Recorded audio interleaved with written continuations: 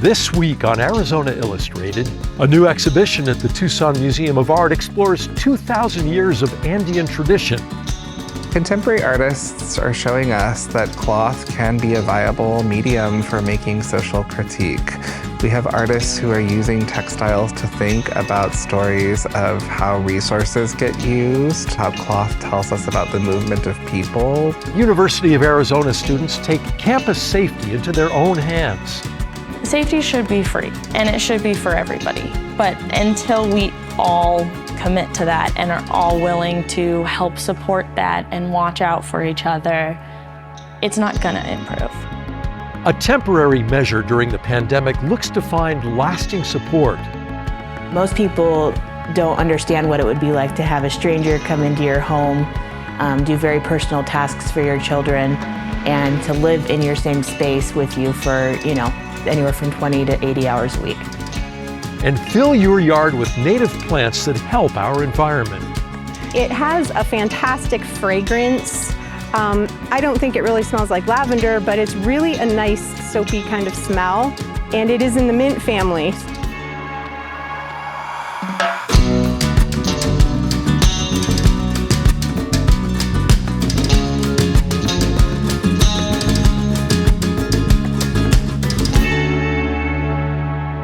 Hello, and welcome to Arizona Illustrated. I'm Tom McNamara. CUMBI is a fine, luxurious fabric of the Inca Empire reserved exclusively for the rulers and the elites. Well, now an exhibition, CUMBI, Textiles, Society, and Memory from Andean South America at the Tucson Museum of Art looks back on 2,000 years of this wonderful creation. In it, you'll see textiles from the ancient Andes, as well as creations from modern Latin American artists.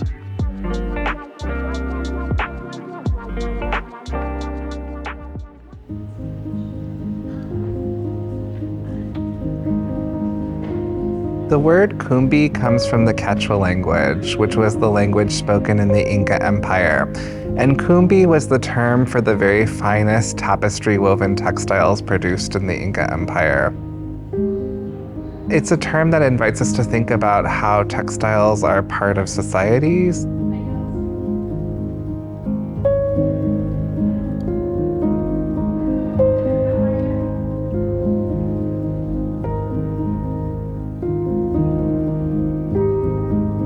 The works of art in CUMBI represent some of the real artistic highlights of culture from the ancient Andes in the museum's collection.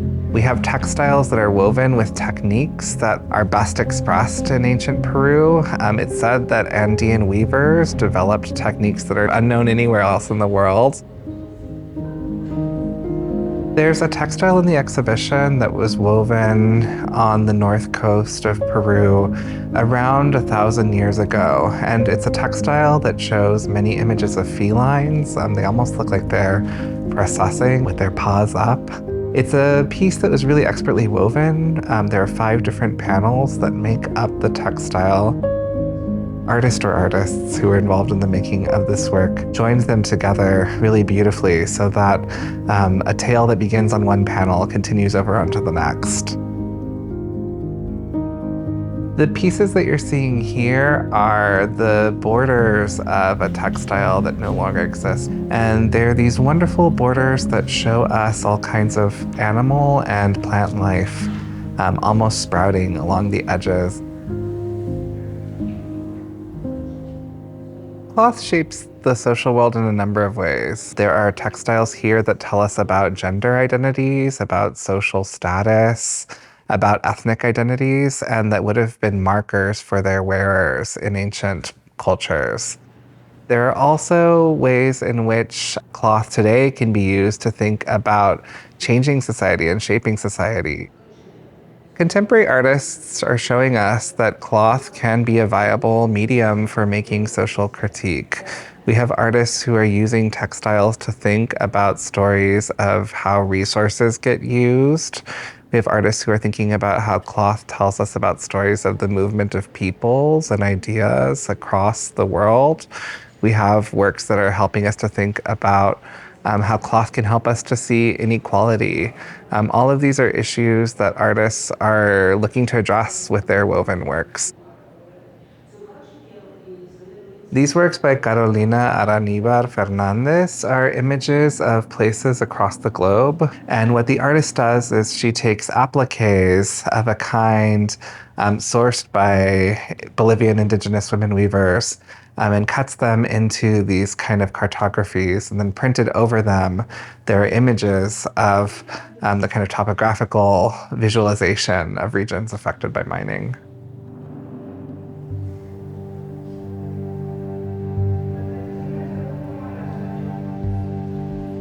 So we have a work in the exhibition by the artist Carolyn Castaño, who's based out of Los Angeles. And she makes these wonderful images that combine traditional Andean textile images, like the checkerboard at the bottom of this work, with images of the Andean landscape. She's really interested in how landscapes are illustrated and how the kind of vibrant ecological life of the Andes is depicted in artworks. In this exhibition, we have work by Perla Segovia, who's a Tucson-based artist, a Peruvian-American artist, and she has used the material of water-soluble threads to tell the story of migrant children and their journey to the US, and to kind of create a memory for their stories with her work. So there is kind of a local tie to an issue that we know is important in the life of the Southwest in her work.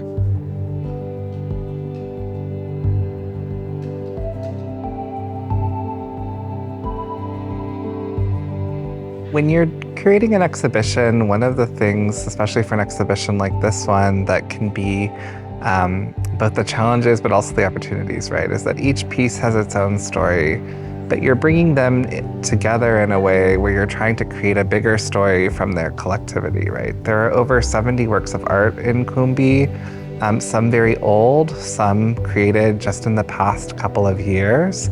And you're trying to think about what ways can I put these together, have them speak to each other, that creates a bigger dialogue about a tradition, about a medium, across their kind of collectivity.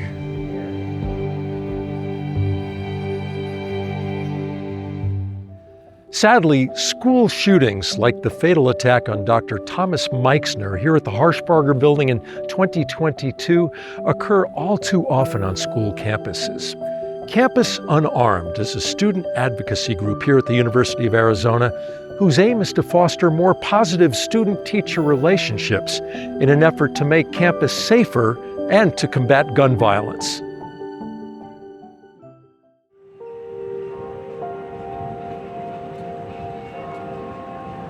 Yeah, we always say this happens to everyone else, it doesn't happen to us, but guess what? It happened to us, and we weren't prepared. God forbid that there is a next time, but let's make sure that we have everything in order so that if it happens, we're prepared. I was on campus the day that Thomas Meixner was killed. I remember getting an influx of texts and calls, especially from my mom, and making sure I was okay, friends from other colleges, and I was so confused until my Greek life organization was like, please stay safe, don't come out. I saw all of the campus alerts saying, you know, stay put, and I was very shocked to see what had happened, especially later finding out that it was Thomas Meixner. I do remember just hearing that there was somebody on campus, that there was shots were fired, and just having that unknown period of what happened. Were people hurt? Like, can we even leave the classroom right now? Like, what is happening? There was a lot of uncertainty during that time.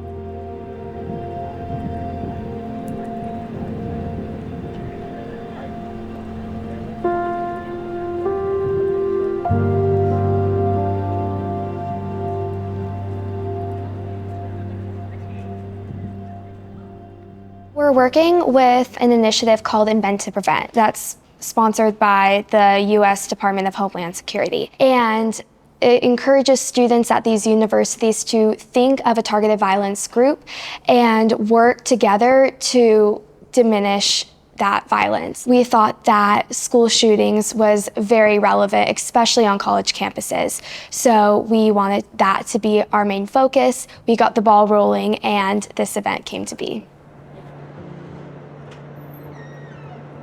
So for this event, when you walk in, the first thing we do is just kind of give you a little bit of background about who Campus Unarmed is. And then you have about a 6-minute video where you really get to hear professors' experiences of campus violence, of gun violence specifically, and understand like their concerns. I used to feel more safe than I did until a year ago. Mostly I was concerned about other students. It's really good that you're doing this interview now, you're working on this project now, because what so often happens is a tragedy will occur. We'll care a lot about something for a little while and then we'll move on. We'll forget about it until it happens again. And so I think it's good that we continue to think about this kind of thing, not just in terms of how do we deal with the crisis when it happens, but then also how do we have fewer crises. There have been times in recent memory that I have not felt safe to be on campus and have chosen to work remotely due to these recent allegations. So after the video, we do have some sticky notes on some big posters that are gonna facilitate some of that conversation that we can then share back out with the professors to start understanding and seeing the different sides of the story so that we can really come together and create a safe community. On campus, I feel safe. Sometimes yes, sometimes no. I think that the University of Arizona has done a good job to get better at creating safety, but ultimately it's not going to go away, the fear. But I think that's what's so amazing about Campus Unarmed is that we could be serving as a puzzle piece to a bigger picture where we can put in other safety resources and get those conversations started from the start so that students can feel safe every day. The importance of fostering a relationship between students and professors is absolutely vital to the security of the campus. It has been proven due to past incidences that having that safe environment does protect campuses. It gives people the place to be vulnerable, to go to somebody when they are in, a mental health crisis or just a crisis in general, of having a place where they can get the support they need. Because without that, they're gonna struggle alone, and that's when things tend to spiral mentally for a lot of people, is that isolation. And we really just wanna create a community where everybody can be supported and get the help they need when they need it.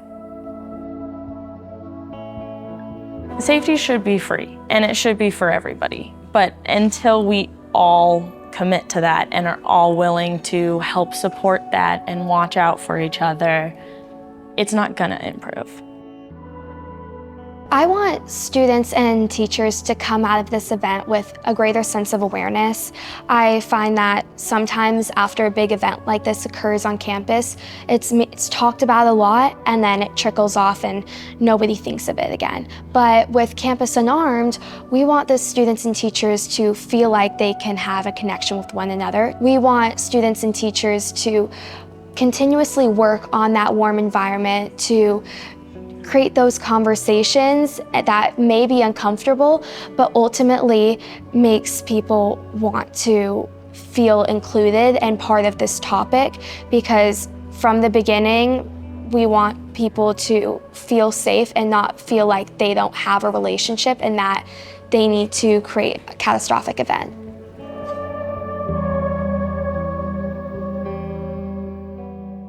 In 2020, the state of Arizona made it possible for parents of children with disabilities to receive training and funding in order to become their own children's direct care worker. So what started out as a temporary program has now become a permanent initiative. And now the parents with the Raising Voices Coalition are highlighting how this is helping to alleviate challenges like keeping healthcare workers on the job or housing instability, even the financial struggles that have long burdened these families. Ready?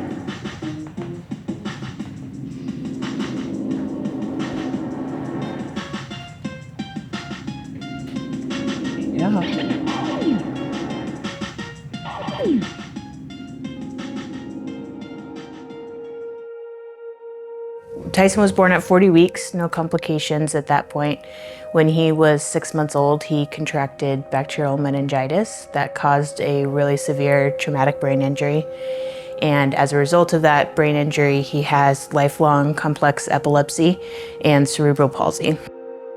Tyson is complete care, so even though he can use a communication device, we've had to work really closely with, speech therapists, occupational therapists, and then for his eating, he has a feeding tube, so we administer food and medications. We're just really involved in those everyday activities, but needing support to the same degree as like a 6 or 8 month old baby would. Christian is nonverbal. He has global brain damage. He's full care. I have to lift him, dress him. Mouth care is huge because his mouth is always open. He has a feeding pump, so making sure that he gets enough calories and they stay in him. Make sure he's comfortable, make sure he's entertained. Let's put you down, want you up a little bit more. There we go. When he was 11 months old, he crawled out of the doggy door and he fell into the family pool. He was unconscious and had no pulse and no breathing when the paramedics got there, but it was enough to cause global brain damage. And they tried and they tried, and they had asked us to come in and say goodbye to him. And so when we went in and I put my hand on his leg and said his name, he came back. They said, we have a pulse. But every little test he passed. So we just went with him. The temporary paid parent caregiver program that's been in place since 2020 has been serving families in Arizona who have children with disabilities. We were always kind of living paycheck to paycheck, trying to catch up. We both have advanced degrees, but me being Tyson's primary caregiver, I wasn't able to go and work in the same capacity that I would otherwise, even if I had more of a typical child experience. Did you know that maple trees make little helicopters called samaras? It's definitely affected every member in the family, directly or indirectly. Being his caregiver plus figuring out how that's going to work when you can't just call like a babysitter down the street, it definitely limits kind of what your career goals are. In Arizona, there are currently about 3,500 members who serve as parent direct care workers for their minor children. As of August 2023, only about 8% of those are receiving at least 40 hours a week as paid parent providers. In 2020, the state of Arizona came out with a program to support families who are isolating, where we could become paid family providers. If you'll remember, everything kind of shut down. So it was really important for us that we gave parents a flexibility to allow for them to either deliver care to their children in a way that made sense to them and supplement the workforce that was no longer comfortable entering into another family's home. Most people don't understand what it would be like to have a stranger come into your home, do very personal tasks for your children, and to live in your same space with you for, anywhere from 20 to 80 hours a week. You say, boo. Yeah. Yeah. Are you feeling better? Yeah. Families like mine, we've had the experience prior to COVID of having a really difficult time finding people to come in and work with our kiddos. What we are currently concerned about is that direct care worker shortage is even more severe now post-COVID than it was prior to. We have known that there are workforce pressures on that, on the direct care workforce. There's not enough to meet the assessed need, but it is a tough workforce to recruit for and a tough workforce to retain. We've probably had somewhere between 20 to 30 different providers over the years. And typically their employment lasts anywhere from a couple weeks to, on a good case, about 6 to 8 months. It's only logical that we take a step to help compensate and resolve for that gap in the system that exists for parents who want to provide care. We already have the skills, and often we're the ones training attendant caregivers that are moving into the house. So that is cut out of the equation. It's just business as usual. Being regular is a big issue with kids that aren't, have a limited diet, and they're not actively walking around and creating like a natural flow of the body. So it's really important to keep them pretty regular. Being able to take care of our child, not have a lot of different bodies and a lot of different outside exposure in the home. Parents providing care to their minor children have to go through the same exact training protocols that any other direct care worker needs. Parents are able to go and be employed and trained as care providers so that they can work with their children one-on-one. We also have the capacity to work with anybody else's children who receives those services. And it's a huge financial burden that is lifted off of these families that can't have two incomes sometimes because one parent has to stay in. And what about single parent families? I was a single mom with Christian and Lola for a few years. So I'm so passionate about this for the people that need this program as much as I did. You want to do choices? Okay. Do you want to play your DJ board or use your communication device? Prior to COVID, a lot of families experienced the inability to have outside help come in and support their children. And so with this program, those families are able to receive payment for the care that they've been providing for many years unpaid. So that really validates their employment experience as a valuable contribution to their child and to society. The federal flexibility approval, waiver approval, is what gives us the authority to reimburse parents for these services on a temporary basis. We've gotten an indication from the federal government that we can have an extension of that flexibility. This program as a permanent option is a huge security to the disability community in general. We started having discussions with our community, so thousands of parents providing services like I am, on how we really want this to continue, but right now we just have our stories. We just have our experience. And so through Raising Voices Coalition, we were able to find data that would help advocate for a permanent program. Having that dialogue with parents and with the community that's going to be impacted by this it's paramount to making this program a success. We're only as good at meeting the need as we are aware of what the need is.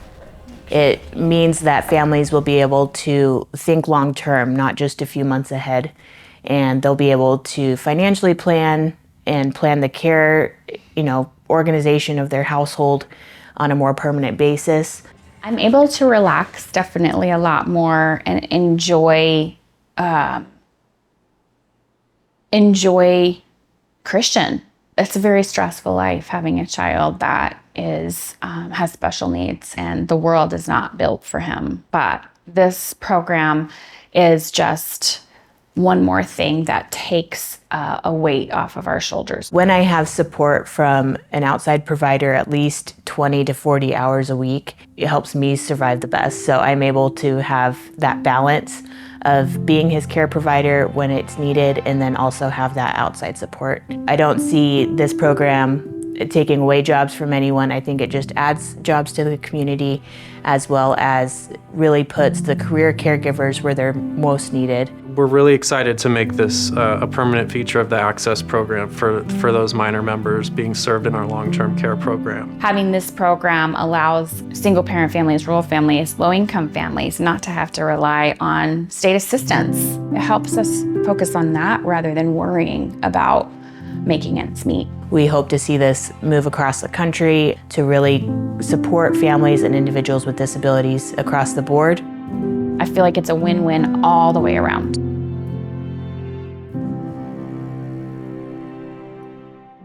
With enough water, you can grow almost anything in the desert, like the grass or the pine trees back there, even these olive trees. But a number of our native plants have already adapted to this environment. They use less water and they provide needed habitat for birds and insects and animals. Here's the latest installment now of our Desert Plant series. Hi, I'm Hannah Blood, and I'm the nursery manager and propagation manager here at Tohono Chul Gardens. Today we're looking at desert lavender. This is Condia emerii, formerly Hyptis emerii. It is a really amazing shrub of the mint family. You can see that it has this gray foliage to protect it from the heat, so it's stellar for planting in hot, reflective heat areas. It has clusters of tiny purple flowers that attract a lot of the smaller pollinators like little bees and butterflies. It is a host plant for the gray streak butterfly, which is a smaller butterfly. Many small butterflies love the nectar of this plant. It has a fantastic fragrance. I don't think it really smells like lavender, but it's really a nice soapy kind of smell. And it is in the mint family, so it has been used by people historically. The seeds are edible. The fragrance is supposed to be an insect repellent. And it's found on gravelly slopes and arroyos here in the Sonoran Desert. It's also found in Sonora, Mexico, Nevada, California, down into Baja California. It can get nipped by the frost, but as you see, it's a very vertical shrub that can take a little pruning. It can grow up to 10 feet tall and be about 5 feet wide. I recommend this plant because it's beautiful, it smells great, and it's extremely drought tolerant. It's a really great addition to any garden that you want to increase your species diversity of pollinators, and it's just lovely. The Sonoran Desert is so rich in diversity, and it's an amazing, magical place. Just start with planting a tree for shade, start planting anything, and you immediately increased your yard diversity. And just think of it as an experiment. Plants like certain places, don't be afraid to try it. You might be successful. For many more examples of native plants that will thrive in your yard, just head to our new website, azpm.org/desertplants. Thank you for joining us here on Arizona Illustrated. I'm Tom McNamara, and we'll see you again next week with another all-new episode.